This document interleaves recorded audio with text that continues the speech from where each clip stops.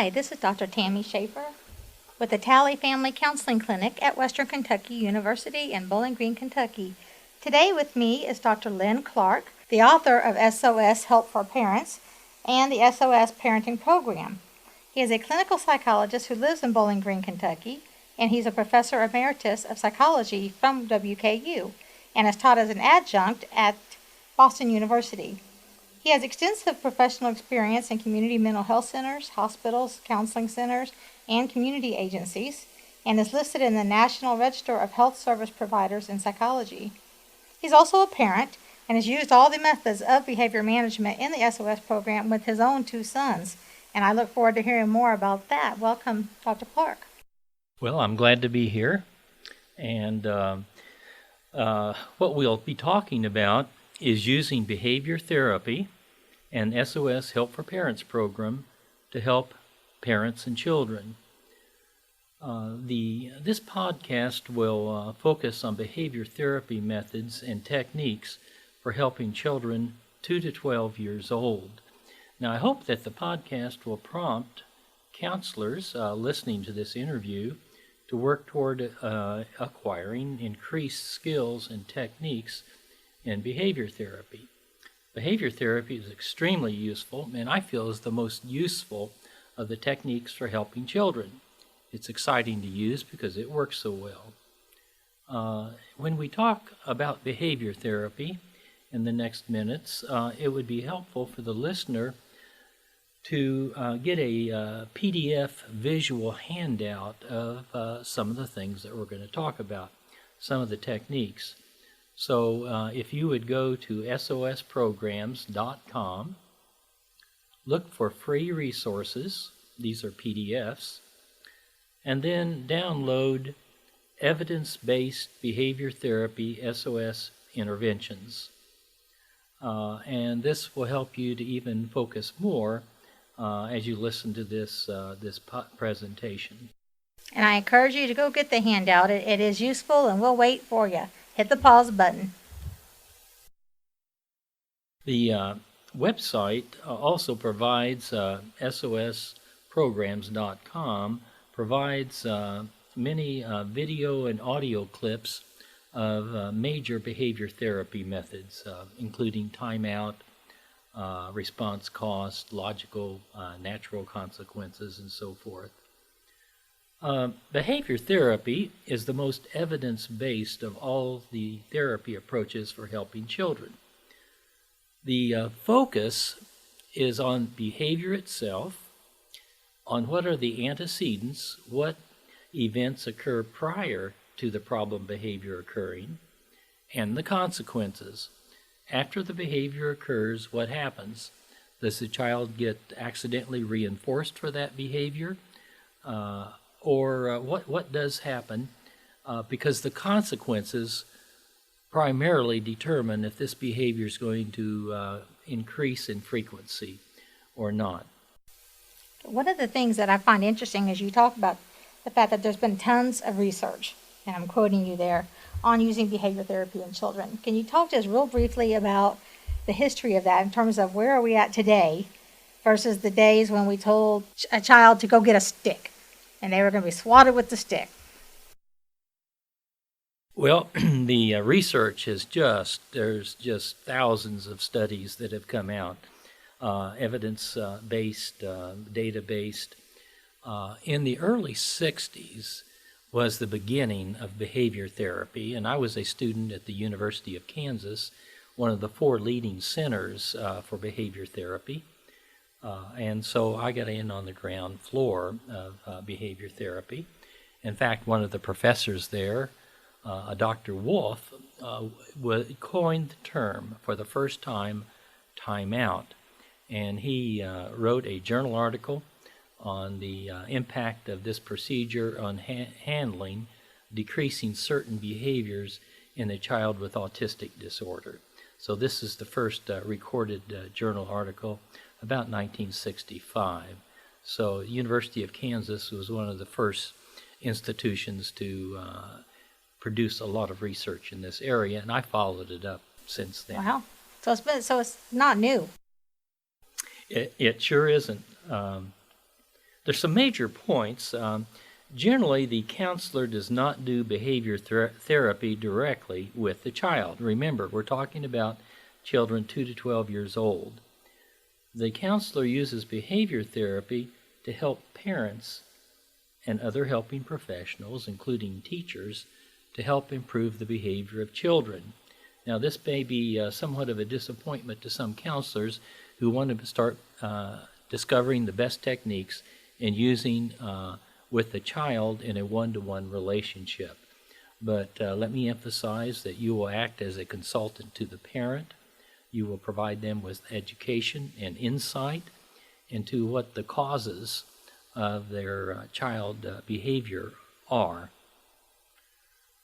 Now, as a counselor, you will be interested in one-to-one counseling with the child. Do keep doing that, but use the 50-50 model. The 50-50 model is you spend half of your time with the child in talking therapy, perhaps play therapy, but then you spend 50% of your time with the parent in solving behavior problems, because it could be the parent is accidentally reinforcing all sorts of problem behavior in the child. You want to help the parent to understand that and stop doing it. Would you work with the child first or the parent first during that session? On evaluation, the first 2 interviews, I tend to want to see the parent first. In fact, in some cases, I've worked only with the parent. Okay. But most people are, in most cases, they're not going to be comfortable doing that. But you begin with the parent, you get a description of the target behaviors. Target behaviors are behaviors you want to increase or decrease. And then you're going to have the parent describe those behaviors, a particular behavior that happened at a particular time, and then tell you about what led up to the behavior and what happened after the child demonstrated that behavior. Okay, so before we get into a little bit more detail about increasing or decreasing a behavior, what is usually the response when the parents find out that you want to work with them? You're not just going to fix little Johnny or Susie, but that the parents are involved. Well, we've all had experience with the parents wanting to leave the child off for counseling and therapy, and they'll be back after they do shopping and pick up the child later, and this is a real problem. The parents, if they believe you're going to work primarily with them, and the SOS method, the behavior therapy method, you'll be working more directly with the parent. Again, I'd urge you to go to the website, sosprograms.com, for more background material on how to do this, and a number of other PDF downloads. The parent will feel defensive, like you're blaming them for the child's problem. And so that is a counseling challenge. You'll have to deal with that. And how do I handle that? I will tell the parents that quite often children accidentally learn certain problem behaviors. But we don't always know why they develop this problem behavior. But the best way to help your child to improve his or her behavior is to understand why the child's behaving this way, what type of rewards the child might be getting for this problem behavior, and what the parent can do about it. But the solution's primarily within you, the parent. But we don't always know why children have developed this behavior problem. Now, sometimes I really think I do know. It's been the parents been accidentally rewarding problem behavior, failing to reward the adaptive behavior. But when I talk directly with parents, I'll say more, we don't know exactly how this behavior started, but I think that we can change it. Okay, and changing the behavior and modifying what the child is doing, do you concern yourself very much with why they're doing it, or do you just focus on changing the outcome? Why is the child having a tantrum for a candy bar at the grocery store? I'm going to look at the consequence of that. So the behavior is he's having a tantrum in the checkout line, and then the consequence quite often is the child gets the candy bar. Now, the child may also get a scolding and then get the candy bar. That's called a split reinforcer. They get both a reward and a mild punishment. So I'm going to look primarily at the consequence. What happens following the behavior? And the SOS Programs website has several downloads that help you to pinpoint those techniques that you can use to help to identify the consequences of the child's behavior, which actually are the causes of the child's problem behavior. Let me mention some major behavior management rules and techniques. If you go to the handout, PDF, Evidence-Based Behavior Therapy SOS Interventions, you will find about 40 methods. This is a clinician's toolbox of interventions for improving a child's behavior. There's 3 rules. The first rule is reward good behavior and do it quickly and often. Now we're talking about positive reinforcement of appropriate behavior. There's 3 types of rewards: social rewards, praise, descriptive praise, activity rewards and privileges, and material rewards. Now, these are very powerful consequences in determining if the child will continue the behavior. There's a number of other techniques and methods in this category, including token rewards, rewarding the good alternative behavior. Instead of rewarding the bad behavior, you identify what's opposite. If whining, the child usually whines for something he wants at home. The alternative behavior is asking in a grown-up voice. So what you want to do is not reward the whining, but do reward asking in a grown-up voice, which is the good alternative behavior. But you don't necessarily punish the whining. That's right. You instead reward the positive communication, speaking appropriately, right tone of voice, That's right. and having a good attitude. That's right. And that brings us to the second set of techniques that will decrease behavior problems, and that's don't accidentally reward the bad behavior. And this is also called extinction of inappropriate behavior. That is, you don't use punishment, you don't use rewards, you simply identify the reward the child's going after with his bad behavior, and you do not reward it. Let's go back to that example with the child having a temper tantrum in the checkout line at the grocery store. The way you use Rule 2, you simply don't reward it. In using Rule 2, don't accidentally reward the bad behavior, you identify which of the 3 rewards your child is usually going after.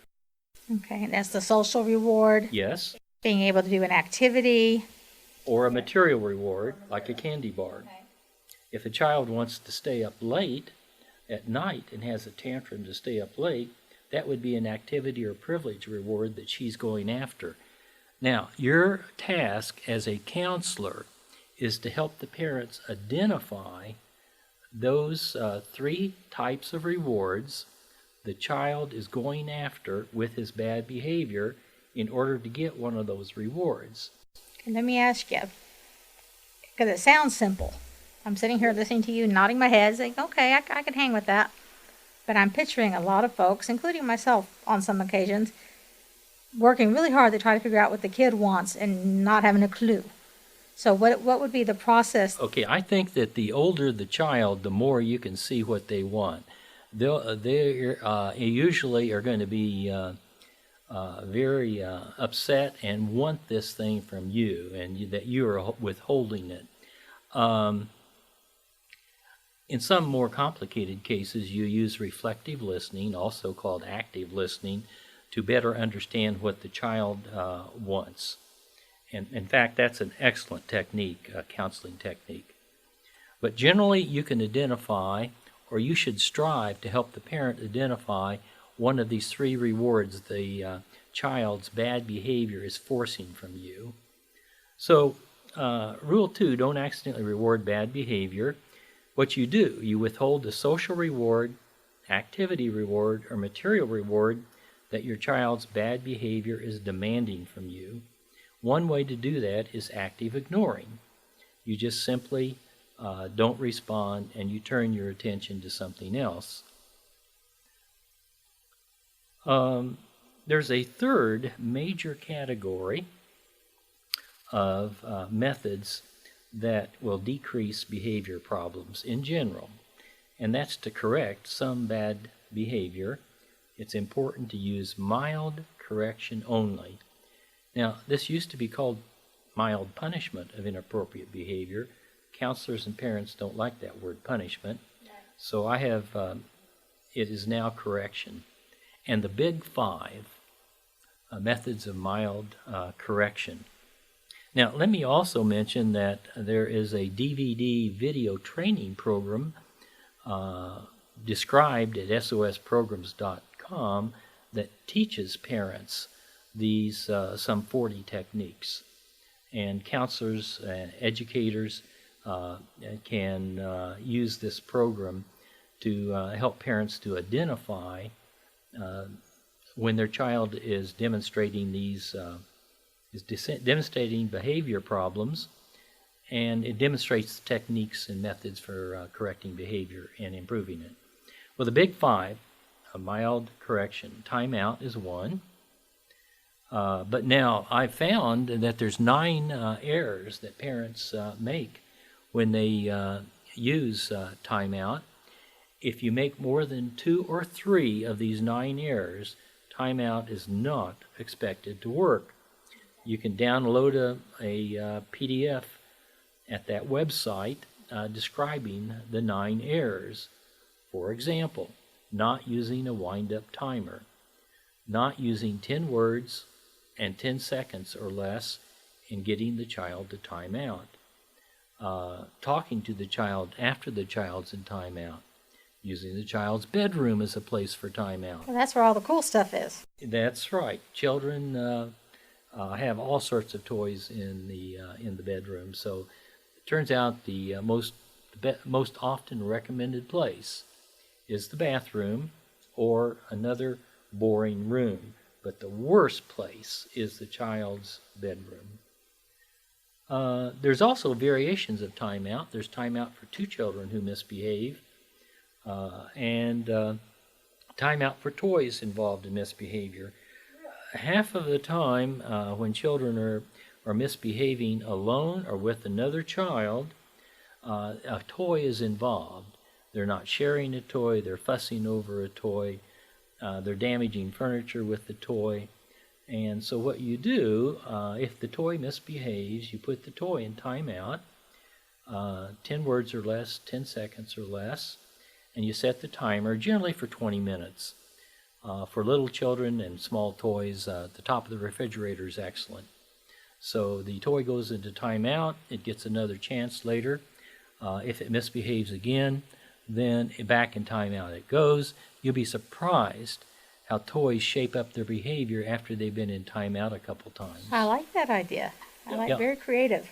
And I would recommend, if you're starting timeout with a child, you have a client, the child is 2, 3, 4, begin teaching the parents timeout using timeout for toys method. And I know you mentioned 20 minutes timeout for the toy. Do you have any guidelines if I was going to send my 10-year-old to timeout? Do you recommend a length of time? Yeah, 1 minute for each year of age, regardless of the bad behavior of your child. It's always 1 minute for each year of age. And research has shown that if you vary that timeout becomes less effective. Now, what's most important is getting the child to timeout with 10 seconds or less, 10 words or less on the father's part. So that's what's important, is the immediacy. We're sitting here talking about timeouts, and it's making me think of Supernanny. I'm a big Joe fan. How about you? Yes, I'm really a fan of Supernanny. I like to, she does a better job than 98% of us counselors could do with these families and children. She's excellent. Now, she has two weak areas. I'd like to talk to her sometime.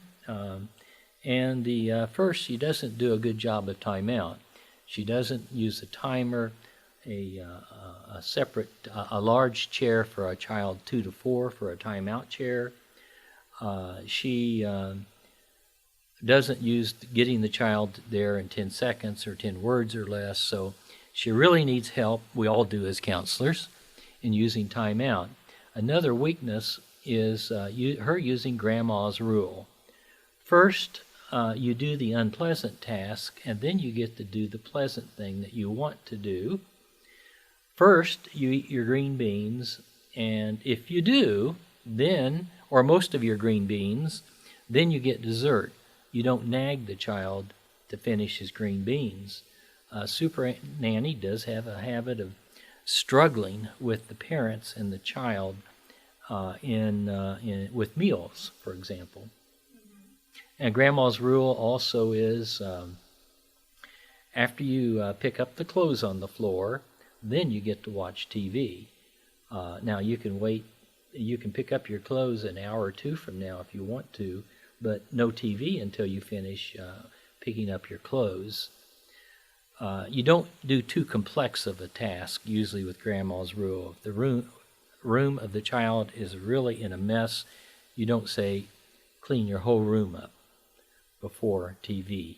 That's expecting a little bit much. So where would you start? The room is a tornado has hit the room. Where would you start? If the child, I would help the child start cleaning the room, straightening the room. You have to use clear language. Please put everything away that's out in your room, and then Daddy will take you to the mall to meet your friends, say for a 14-year-old.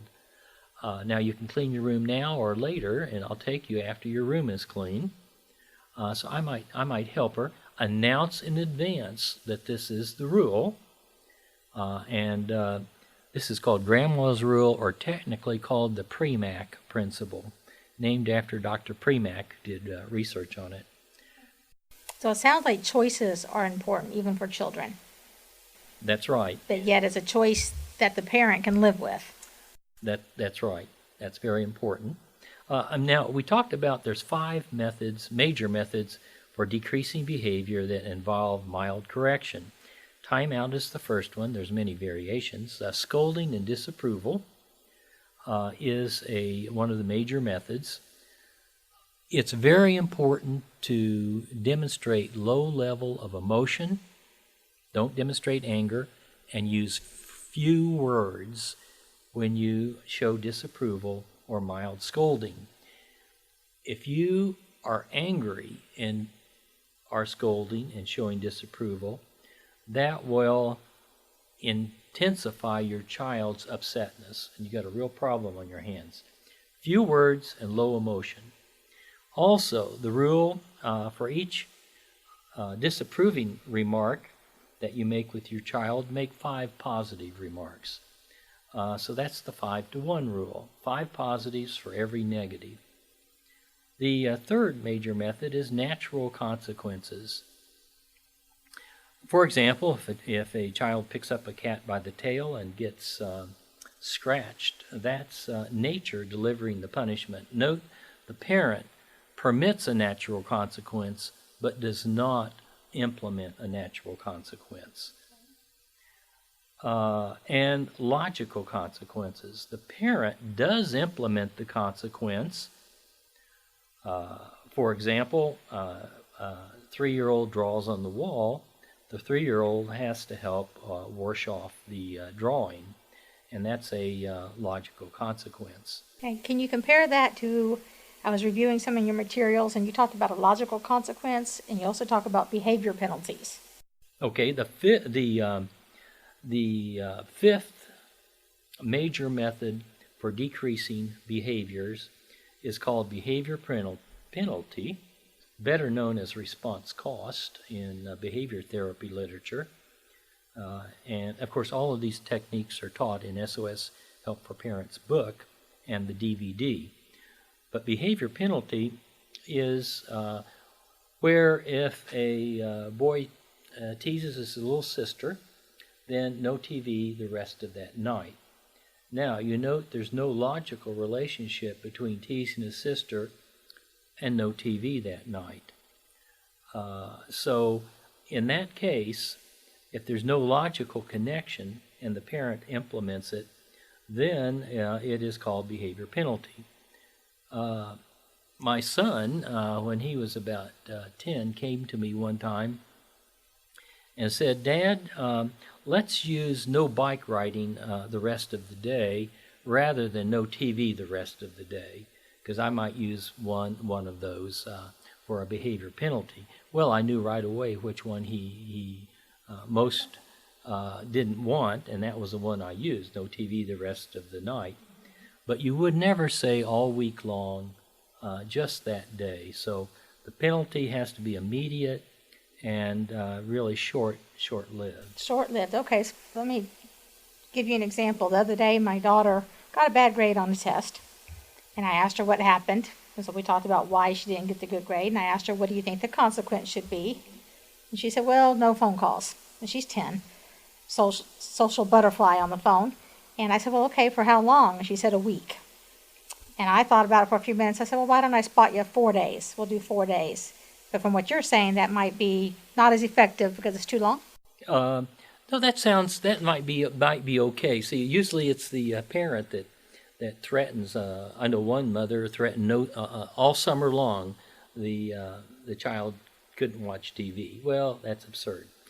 And hard to enforce. Yes, and you got to have an enforceable but mild behavior penalty. I'd say 2, 3, 4 days. That would have been enough for your daughter. I wouldn't object to that. But it must be immediate, enforceable, and mild.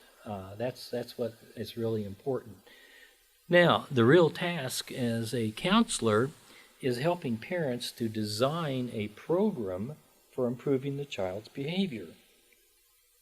And when do you use timeout versus natural consequences versus behavior penalty? That's the task for the counselor to know. And the counselor really needs to know these techniques really well. Now, the best way, let's say you're meeting as a counselor, you're meeting with the parent, and the child has a behavior problem. Let me talk about a technique to use, a specific technique. If you go to sosprograms.com and download ABC Assessment and Modification of One Problem Behavior, that talks about the ABCs of assessment and behavior change. Now, you need to sit with a parent and have them to describe the last tantrum that their child had, and have them give you a day it occurred. You want them to first describe B. Tell me, what was your child's behavior? What did he do? Remember the best single example that you can and slowly describe that behavior. And you want a single behavior, not a whole stew of complaints. That's right. We don't want the last 4 tantrums, a composite of the last 4, one particular tantrum. Okay, that's the first thing you do. And then you do the C, the consequence. What did you do after his behavior occurred? What happened next? Walk me through. So I want to know what the parent did following the child's tantrum. Did the mother give in and let the child stay up late and watch television because of the tantrum? If so, that would be an activity reward for the tantrum, and also a social reward. The parent gave the child power and authority, and that's a social reward for that child. And would that be an example of accidentally rewarding negative behavior? That's right. So that's my favorite error. There are 4 major errors we can look at in a couple minutes, and that is error 3, accidentally rewarding bad behavior. And I think most behavior problems are caused by accidentally rewarding the bad behavior. I could give you 100 examples of that. It's very common. So you first ask, in doing the ABCs, you first go after the B, what's the behavior? Then you go after C, what's the consequence? And then you go after A, the antecedent. What led up to this tantrum? What was going on just before your daughter had that tantrum? Slowly walk me through. Okay, these are the steps in this order. This is a very powerful technique. Now, I always take notes in the interview. So you'll want to take notes, download this PDF, look it over, and then take notes and use this plan. Let me also mention, this is an excellent, the ABC assessment and modification is excellent when you act as a consultant to teachers as well. They'll come in with a problem behavior, and then you go ahead and do this ABC assessment. And what's really great about this ABC assessment is that you have built in a plan for modifying the problem behavior of the child, because the solution starts to jump out at you. Okay. Do you have on your website, are there some forms to help new counselors or teachers working with students through this ABC process? Yes, there are. So they should go down to Helping Children 2 to 12, and they can download these PDFs. And there's all sorts of resources on the website. Let me mention the 4 biggest parenting errors that will cause little DSM disorders in children, and will cause oppositional and defiant behavior, will increase ADHD problems, will increase all sorts of problem behaviors. Error 1, parents fail to reward good behavior. 2, parents accidentally correct or punish good behavior. That also happens. We've talked about my favorite, error 3, parents accidentally reward bad behavior. And 4, parents fail to correct bad behavior when mild correction is indicated. Big brother hits little sister. That behavior requires mild correction. In fact, the 2 primary target behaviors as a counselor that you should address first when you work with parents is aggression, that's 1, and non-compliance. Those are the 2 big problems. Let me ask you a question. You talked about a parent needing to intervene if a child is aggressive with a sibling and hits the sibling. Let's hypothesize the sibling that was hit hits back, which is a logical consequence. You hit someone, you get hit back. Playing devil's advocate here, why should a parent step in? Half the time, the children will be involved in something like a toy they're competing with, like watching TV or something, not sharing a toy. You put the toy in timeout. So that'd be an excellent case for timeout for the toy. Timeout for 2 would also be an excellent example. When most of the time you're going to be unsure who started it. In fact, a bright child can often really make it look like it's the other child started it. So with timeout for 2, you don't have to know who started it, who's mostly at blame. They both go to timeout. How long is the timeout? For a 6 and 8-year-old, 7 minutes. That's their average age. Oh, so you split the difference. You split the difference. Always 7 minutes, and you set 1 timer, separate rooms. So behavior therapy, these techniques are very specific. There are really, I've identified over 19 absolutely essential techniques. And on this PDF handout, there's over 40 methods listed. Counselors really need to know these methods. Counseling programs need to teach these behavior therapy methods to their students. They're very specific methods. They're research-based. They're fun to use because they are so effective.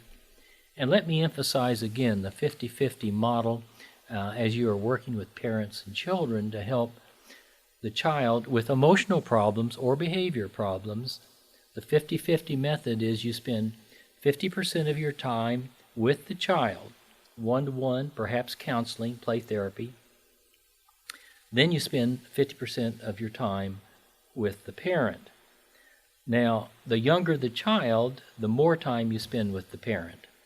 The older the child, then the less time you spend with the parent, the greater proportion of time that you would spend with the child who's 10 or 12.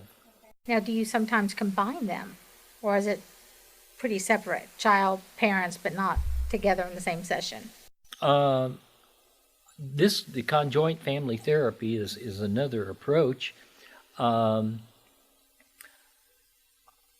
would say that if the student's been taught to do this, go ahead and do that also.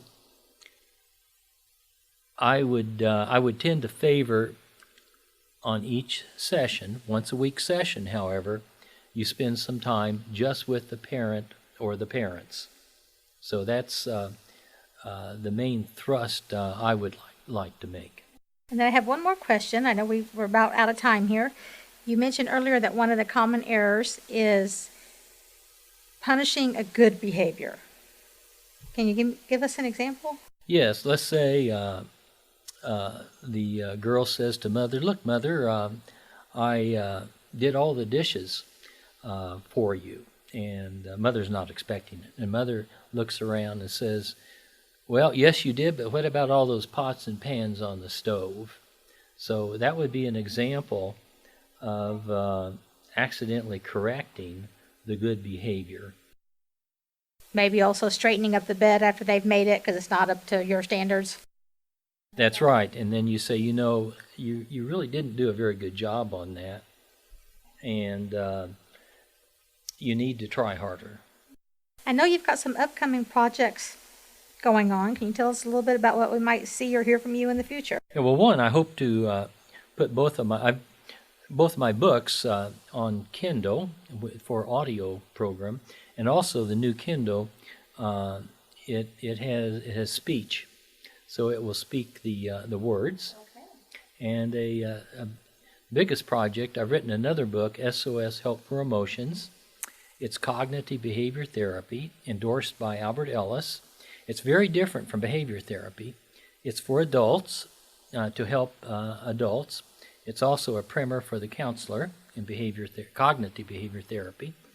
And I will be producing a DVD program that you can train parents, adults, teenagers in how self-talk and beliefs primarily cause emotional upsetness and not the bad event. Perception is so important, isn't it? It really is. And what you tell yourself about some bad event or insult, or teens, you hear them, they get some kind of indication of lack of respect, and then they feel they have to retaliate, when in fact it's not the lack of respect someone might give them, but it's the teen demanding the person must not have said that. And it's demanding it and believing it that must not have been said.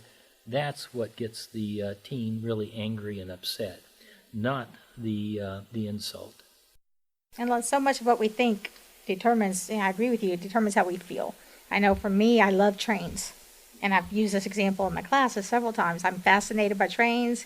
I'm the one that if I cross a track and I see a train's coming, I will turn around, if possible, to get back to the track so I could watch the train go by. The stereo goes off, the windows go down, whereas other people get very irritated by trains because it delays them. They're in a hurry. They want to be someplace. Whereas I find it very enjoyable to stop and watch the train go by. So it illustrates that good. Yes, I really enjoy trains too. I've traveled around Europe. I taught a year in Germany, and my family and I traveled all over Europe. And let me also mention that I brought a timer along on the trains, and we use timeout on the train too. Okay, so it's very portable. It really is. A wind-up timer is. So behavior therapy, I've used all these methods with my children for many years. I help many parents to very minor, helping parents to solve very minor behavior problems to severe behavior problems. And I like the idea of having a child learn how to make some choices, because the choices they make as children, the consequences are not likely severe, versus as older adolescents who are deciding whether to get in a car when they've been drinking or not, the consequences are potentially lethal. So it's so good to start when they're young. I like I kind of see as a talking technique I would have parents use. Now, was this behavior, what you did, was that a good choice or not a good choice? What would have been a better choice? And so that's a very powerful technique I would add into these methods. It certainly is, and there's so much more to discover. Again, I encourage you to go to Dr. Clark's website. Will you give us that address one more time? SOSprograms.com for video, audio clips of behavior therapy. Again, I encourage you to visit the site, learn more. Again, this is Dr. Tammy Schaefer at Western Kentucky University with Dr. Lynn Clark. Thank you for your time.